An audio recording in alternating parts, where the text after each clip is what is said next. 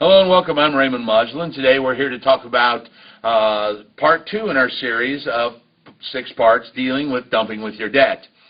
In the last video blog we talked about, I went through all the 5 phases and we talked a little bit about them, but today we're going to do each phase, and we're going to start with phase 1, which is the realization phase. The realization phase is very important because, like any addiction, and I'm not making light of anybody out there that has a serious addiction, at some point you have to realize that you have an addiction.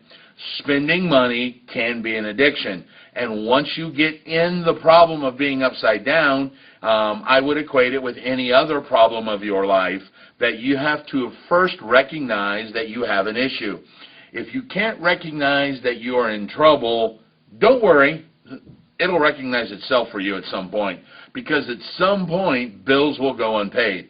If you're putting out more than you're bringing in, at some point something will happen, and somebody's going to let you know it. All right? So if you don't recognize it, somebody else will, in the form of bill collectors, unpaid bills, credit hits and dings and all of that. So according to Abraham Maslow's theory of hierarchy, the very basic level is food, warmth, shelter, things like that. If you're not making enough money to cover those, or just barely covering those, at some point your bills will go unpaid. And once they go unpaid, they start piling up, and then people will call you.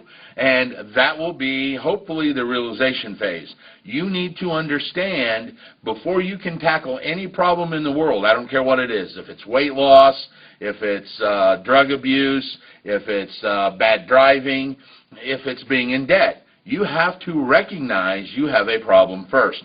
And realization is the key, and it's the first step to the road to recovery. And in this sense, we're using recovery as meaning debt.